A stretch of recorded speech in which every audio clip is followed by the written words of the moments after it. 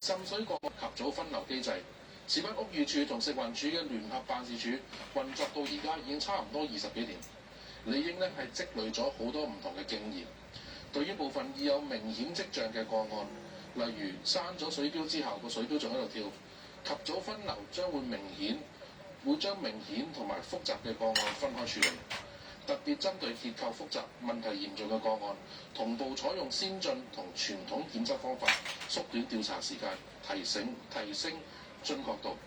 避免市民無了期等待，亦都減少咗因為滲水帶嚟嘅倫理糾紛。第二，我認同要為市民提供清晰嘅技術標準同埋價格範圍參考，所以對於原議案裏面提到研究制定防水工程專業註冊制度，同埋統一防水工程嘅程序同埋標準嘅方向，我絕對係支持。事實上，包括坊間提供滲水檢測服務嘅公司喺裏面，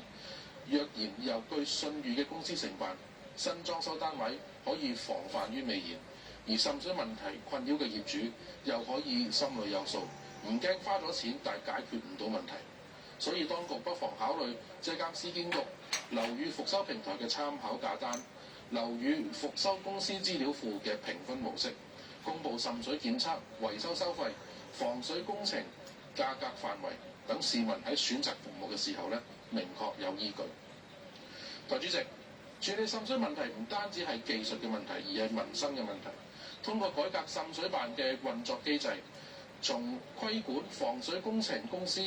上協助市民解決滲水源頭，多方面提升滲水問題嘅處理效率，縮短維修嘅時間，唔單止可以提升市民嘅幸福感，更加可以彰顯出政府對處理民生問題嘅解決嘅決心，實現宜居城市嘅願景。主席，我謹此陳辭，支持議案。狄志遠議員。主席，滲水問題雖然看似瑣碎，但係對於居民嘅生活質素、財產安全同埋健康都係有深遠影響，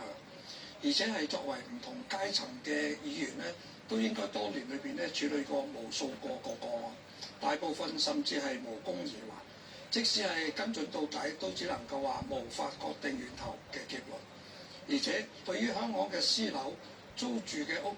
住戶、舊樓居屋嘅住戶同埋業主嚟講，滲水問題往往係涉及多方面責任嘅推卸，處理過程極為艱難，而滲水辦多年嚟效益低下、技術落後，更讓戶主係無助嘅境界。根據資料，滲水辦每年接獲近4萬宗嘅投訴，但係近一半嘅案件係未獲到調查，每年僅完成約1.4萬宗，而完成嘅個案中，成功確定滲水源頭嘅比例甚至係低過一半。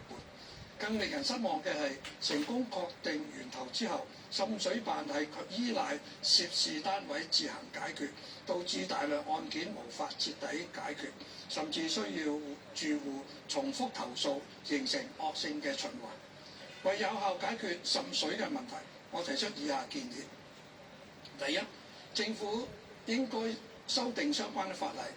賦予滲水辦更大嘅執法權力。例如，涉事單位若拒絕處理滲水問題，滲水辦應有權直接進行維修，並向涉事嘅單位追討費用。同時應設立懲罰嘅機制，加大對多次不合作嘅單位嘅懲罰，增加阻效力，避免問題久拖不決。第二，盡快全面推廣先進測試嘅技術，立即將紅外線熱像分析同埋微波短層掃描技術納入所有個案嘅標準檢查嘅程序，確保滲水源頭能夠盡快準確地確立出嚟，減少不必要嘅延誤，增加資源投入，加強相關人員嘅技術培訓，提升技術應用嘅普及率同埋操作效率。第三，滲水辦亦應該係就現場嘅情況靈活處理邊緣個案，唔係將濕度硬性規範為35%，而要考慮現場實質嘅情況。對於灰水剝落、牆壁發霉等明顯滲水現象嘅個案，應靈活處理，避免僵化標準，導致投訴被拒絕。第四，滲水辦設立快速應處理小組，專門處理重複投訴同埋複雜嘅個案，確保問題能一次性解決，減少住戶嘅時間同埋精神浪費，同時能簡化程序，提升部門間嘅協作效率，避免案件喺多個部門間流轉而被拖延。主席，滲水嘅問題唔單係技術問題，而係居民生活質素嘅基本嘅保障。希望有關部門能夠從速去改善。主席，提到滲水問題嘅處理，我諗起一啲嘅名字，包括阿朗、嘉偉、大哥城、Marie、Zero、波仔、阿算、阿波、Vicky、Eunice、Simon、Eric、妹妹同埋心心。你哋多年嚟咧係為社會處理滲水問題同埋其他問題。今日你嘅名字係記錄咗喺立法會嘅記錄入邊，同樣亦都係記喺我嘅心裏邊。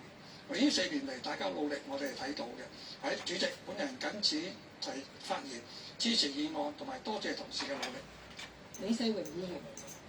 多謝代理主席。主席本人發言咧。